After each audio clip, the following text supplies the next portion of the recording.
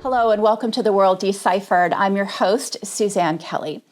U.S. officials say there is evidence that as many as 3,000 North Korean troops are now training at military bases inside of Russia for possible deployment in Moscow's now 2.5-year war in Ukraine. U.S. officials say the troop movements could be a sign that Russian President Vladimir Putin is getting desperate. U.S. officials have assessed that Russia is recruiting between 25 and 30,000 troops per month, and that the Russian military has taken 530,000 casualties since it invaded Ukraine in February of 2022. President Putin is believed to be looking for other alternatives to avoid a large-scale mobilization, which wouldn't play well at home. I encourage you to check out the Cipher Brief's full report, including how South Korea says it will respond to this latest provocation at thecipherbrief.com. But in today's show, the Cipher Brief's chief international correspondent, Muermishvili, talks with former Ukrainian Defense Minister Andriy Zagorodnyuk about what this means in the near term for Ukraine. And later in the show, we're talking with former U.S. Ambassador to NATO Doug Lute about the impact that this war has had on Russia and why he says the time to take advantage of Russia's vulnerabilities is now, especially in the face of an upcoming U.S. election and a new U.S. president in January. We're getting to all of that shortly, but first I want to check in with the Cipher Brief's managing editor, Tom Nagorski, for a look at the other stories making headlines around the world. Tom? Well, Suzanne, beyond the North Korea story, there's other rough news for Ukraine this week from the battlefield. Russian forces made gains on many fronts, circling one city in eastern Ukraine and breaking through the defenses of another. One of the sites under threat now is Ukraine's largest coal mine. Russian troops are just 10 miles away from that site, and some reports are calling this the worst week of the year thus far for Ukraine's forces. In the Middle East, meanwhile, the word for the week seems to have been opportunity, as in the U.S. and Israel both saying that the killing of the Hamas leader Yahya Sinwar represented a great opportunity. But the two countries have something very different in mind. For the U.S., it's an opportunity to make peace. That's the case Secretary of State Antony Blinken was making in his latest and probably his last visit to Israel.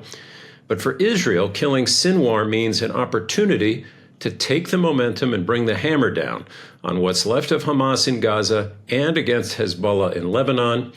And of course, still looming out there is an expected Israeli strike against Iran. The diplomacy isn't dead. CIA Director William Burns is headed for a meeting in Qatar this weekend that looks to revive the ceasefire talks. But as we listened to Israeli leaders this week, it sounded like the region and the world should brace for more war on many fronts. And finally, the Cipher Brief took a deep dive this week at an organization we haven't heard much about lately, the Wagner Group, the powerful Russian mercenary organization that appeared to disband a year ago after its leader Yevgeny Prigozhin was killed in a plane crash. Well, as our Holly McKay reports this week, Prigozhin may be gone, but the Wagner Group is back. It's under new name and now under direct control of the Kremlin. And it's back in a big way in Africa, where it's offering several countries security services in exchange for natural resources, with the proceeds coming right back to the Kremlin. It's a fascinating read at our site. Back to you, Suzanne.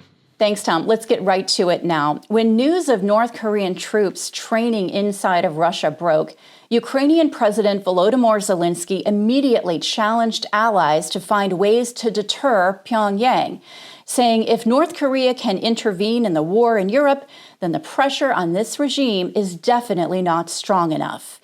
That's a feeling shared by former Ukrainian Minister of Defense Andriy Zagorodnyuk, who calls the presence of North Korean troops a dangerous shift in this war. He spoke with Cipher Brief Chief International Correspondent Muermishvili about that and about how the presence of North Korean troops in Russia is heightening the threat of broader conflict.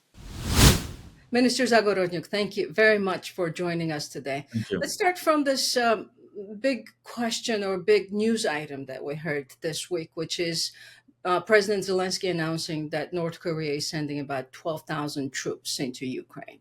What do you make of it? What does this mean to you to hear this?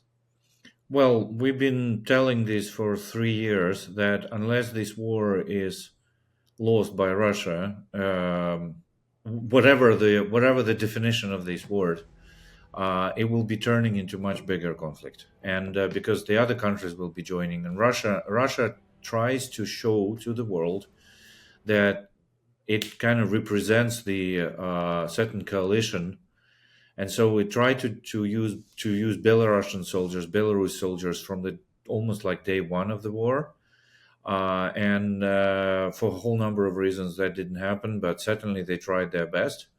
They immediately used the help from Iran in terms of drones and then ballistic missiles, and then they used help from Korea and so on. So, of course, Russia has some resource issues that involves funding because they obviously pay to their people quite a lot of money, like by Russian standards, and most of the soldiers there are quite well paid.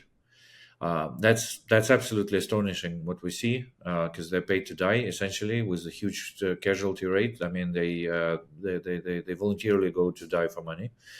But at the same time, we do know that Russia has economic problems, and at the same time, Russia is trying to portray that conflict as a much bigger and something which international community, which is afraid of escalation, would be immediately discussing the escalation and saying, "Oh my God, we should do something about that." Well, So, let me ask you about this. South Korea also announced that it would send observers or monitors or advisors to monitor what North Koreans are doing in Ukraine.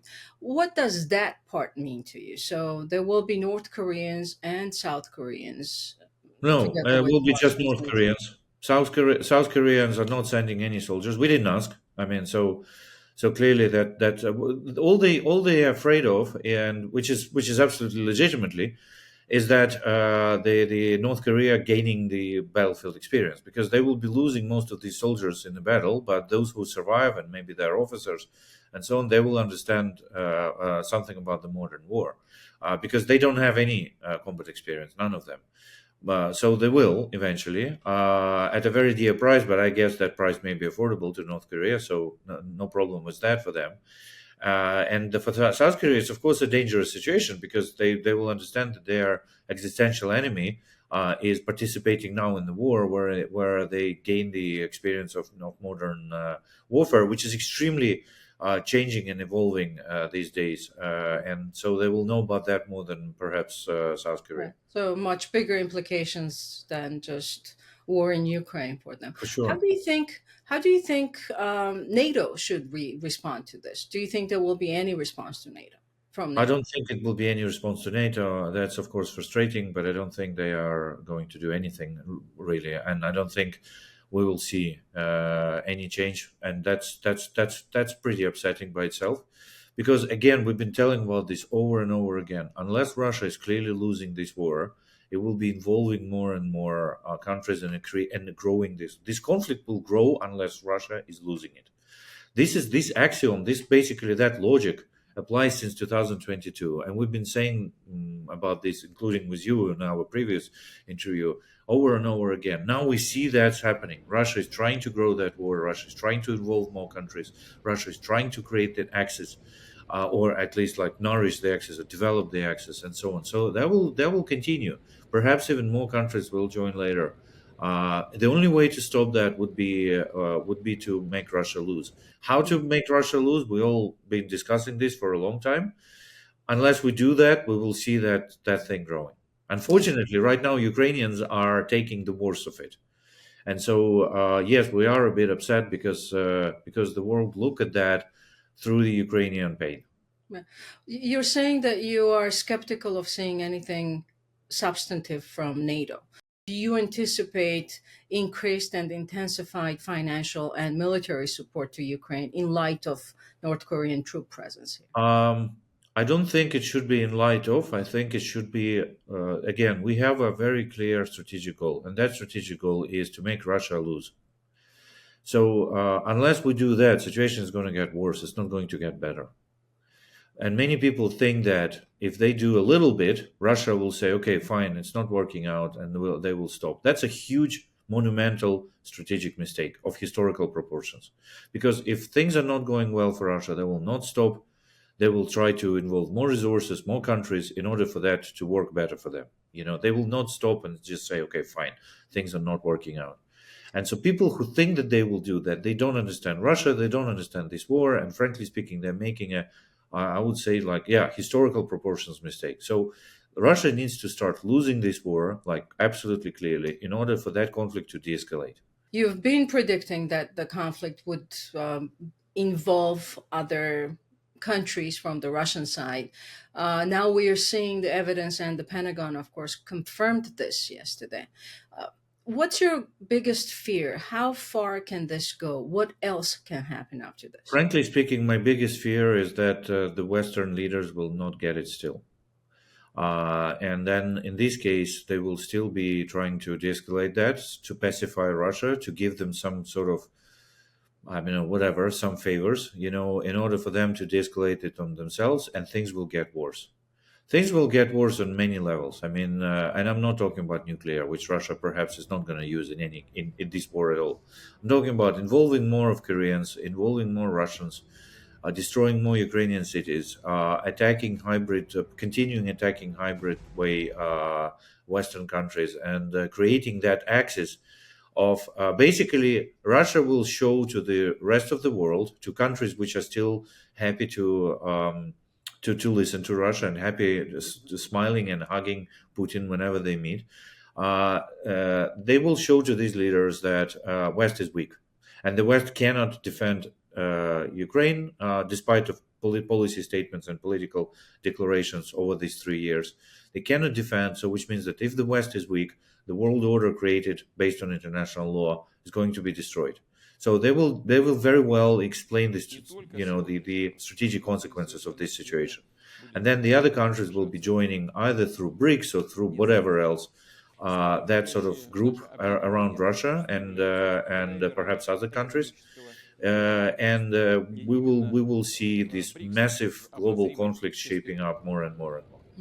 That's my biggest fear, and frankly speaking, especially with the visit of General Secretary of United Nations, smiling to Putin, displaying the friendship and kind of a sort of friendly attitude to him during that trip. With that pace, I don't see us going in the right direction at all, to be honest. And of course, there was a BRICS meeting in Kazan, and President Xi met with President Putin, where they reconfirmed their great friendship with each other. And Putin said that this is the beginning of a more fair, more just world order. What's the order that China, Russia, Iran, North Korea, and other countries together want, that seem to be creating a new alliance now?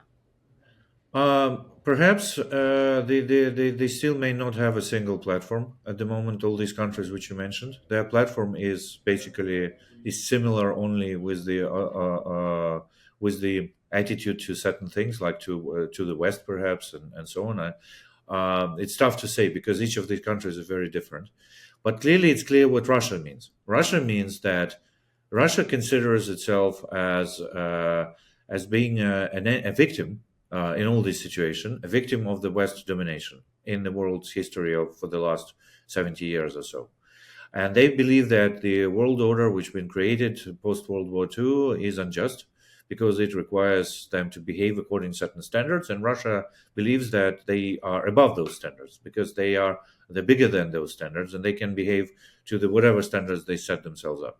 And so their understanding of justice is that big countries like Russia, as they consider themselves big, from whatever perspective, they have more rights than others. They have better rights. They're better than many others, and they can create their own world. That's what they think is just, And from that perspective, they're trying to impose those objectives and those visions to the other countries. And basically, they're creating that group of countries trying to create that group of countries which would be jointly destroying their post-World War order. Do you think this would be, especially this latest meeting would be, this is my last question to you. Sure.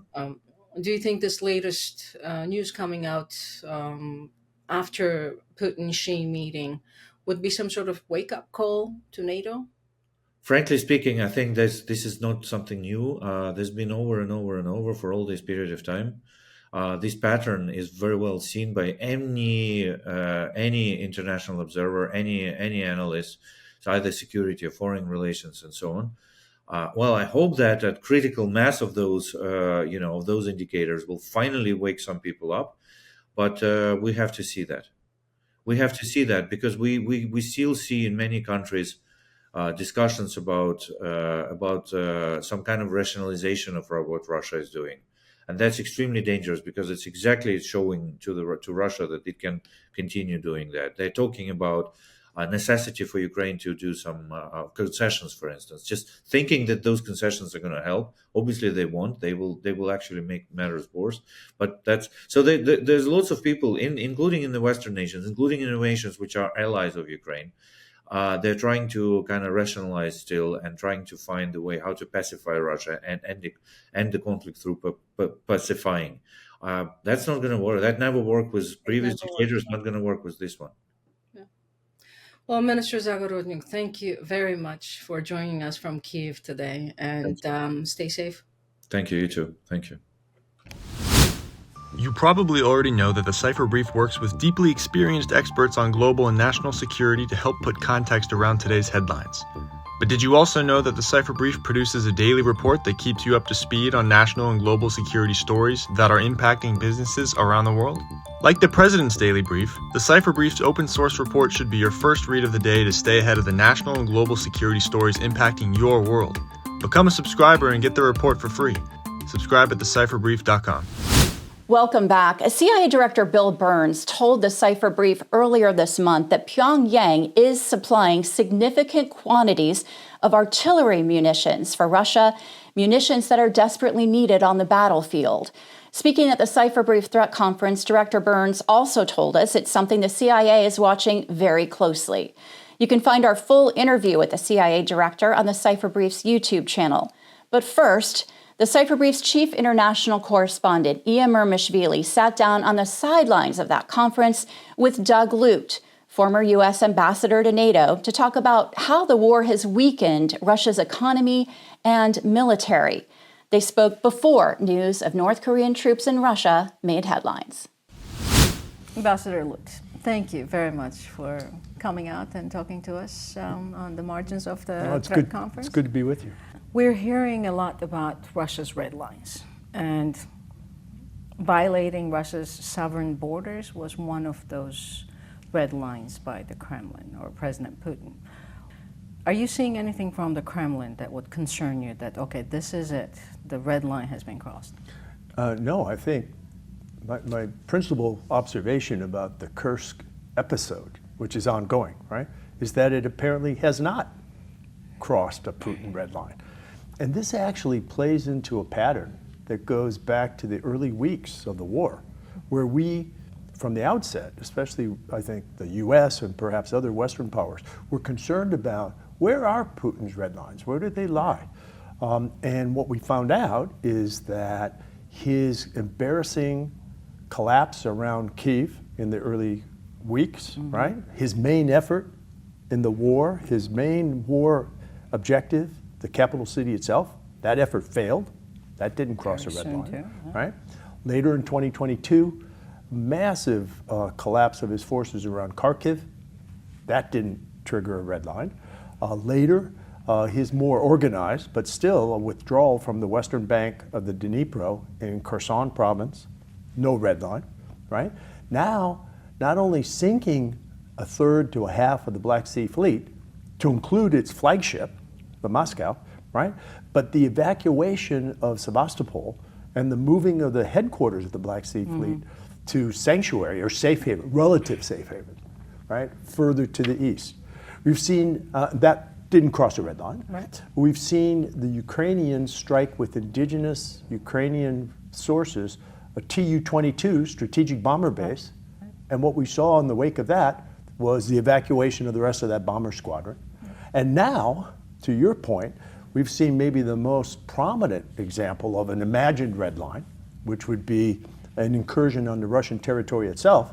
And that hasn't created that hasn't created a significant escalation. So I believe that he has escalated as much as he is capable. Now, some will say, well, there's always the nuclear threat that looms behind this, right? But I think a couple things can give us confidence that, while nothing's sure, that he understands the deterrent posture. First of all, I believe early in the war, there was a direct and clear, explicit communication between the U.S. government to the government in Moscow that crossing the nuclear line would be catastrophic for Putin and his structure. So the deterrence threat, which has been in place since the Cold War, was refreshed and I think amplified in the early weeks of the war. And then very important, I think, to Putin's logic, Putin's calculus, is that his closest ally, President Xi of China, reinforced that position, which is that there's no role here for nuclear weapons, and so did Prime Minister Modi in India. So I think he's gotten this from all sides, and I don't believe that he has his finger on the nuclear button. And then finally, the U.S. intelligence and NATO intelligence services are watching very closely for any physical signs that would suggest that we're getting closer to some sort of nuclear threshold, and we're simply not seeing this. And so it's all coercion then? Well, I think it's coercion and bluff, and it's sort of the game of intimidation and so forth that Putin likes to play. You mentioned Russian economy in one of your previous responses. And we are finding out that they are spending 7.6% of GDP on the military, but the whole economy is a war economy at this point, so it's really hard to know how much they're spending on it. How do you assess the strength and ability of the Russian military to continue this war? So I'm not sure about the fatigue, the war fatigue in Russia, but I do take your point that there are some indications that the Russian war effort may be fragile or brittle in a way that we underappreciate. We may have this assessment of the Russian strength wrong. They may be weaker than we know. You know, recently I had a conversation with an expert from Yale University who studies closely the impact of the war on the Russian economy. Let me cite some numbers here, because this is really interesting. And it actually surprised me, because I was very much on the side of, well, you know, Putin has the power of a centralized economy, and he can force the adaptation of his economy to his war aims in a way that a capitalist system like our economy cannot. So maybe he has an overall advantage. But listen to this data. Okay, since the beginning of the war, 1,200 firms have left Russia completely. And some of these are quite prominent firms. 2 million Russians have emigrated. And this really represents a brain drain from Russia. Many of these 2 million Russians were Russians who worked for the 1,200 firms that departed. And they saw the future here, which was without these firms, without foreign investment and so forth, that their future as individuals was threatened. And they voted with their feet. They've departed Russia. $350 billion of private capital has left. There is zero foreign direct investment. So not only do you not have the private capital, you have no foreign direct investment from outside governments as well. People say, well, of course, but the gas and oil industry is still propping Putin up. Some more data. You'll recall that the Western countries, the G7, placed a $60 price cap on oil. The data today shows that for Putin to produce a barrel of oil costs him $45, right? To deliver it, another $15. He's at the break-even point against the price cap. So he's not making money. He's selling oil, but he's not making money on it because of the price cap and his cost of production and delivery. His production costs are actually increasing because there's no capital investment, right? There's no improvement. There are no new efficiencies in his production. So I think there are a lot of signs here that the Russian economy, perhaps like the Russian occupying army in Ukraine, is more brittle than we appreciate. This is my last question to you. So based on everything that we talked about, our perception of Russia, Russia's economy, real state of the Russian economy, where do you see the situation going 6 months from now, a year from now? Where do you see Ukraine and this war? Well, of course, in the next 6 to 12 months, we're going to have a new president, Yes. right? And it's very difficult to predict how that turns. And even once we have a new president, where he or she will lead, right? Give them what they need on the military front. That's what I hope the next administration will decide. The other thing I think is important is I think we need to tighten significantly the sanctions regime that is placing strain on the Russian economy. So if we assess that the economy is brittle, let's see if it might crack.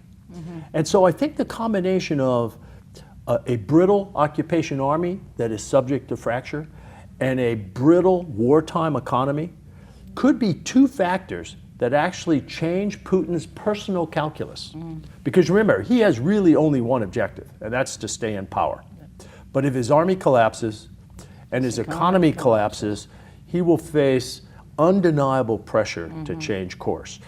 And even if this means that the Ukrainians are unable to reacquire, to resecure all of their territory, these factors would put them in a much stronger negotiating position if we get to the point of meaningful negotiations. Thank you very much. Not at all. And that's it for this episode of The World Deciphered, brought to you by the Cipher Brief. I'm your host, Suzanne Kelly. Remember, you can find the full interviews with all of our guests at the Cipher Brief's YouTube channel. And I hope while you're there that you'll hit that subscribe button. I also encourage you to stay up to date on what's happening in the world every day at thecipherbrief.com. That's where you'll find our daily open source report, which many have told us rivals the presidential daily brief in terms of content and its focus on global threats. Thanks for watching. I'll see you next week right here on The World Deciphered.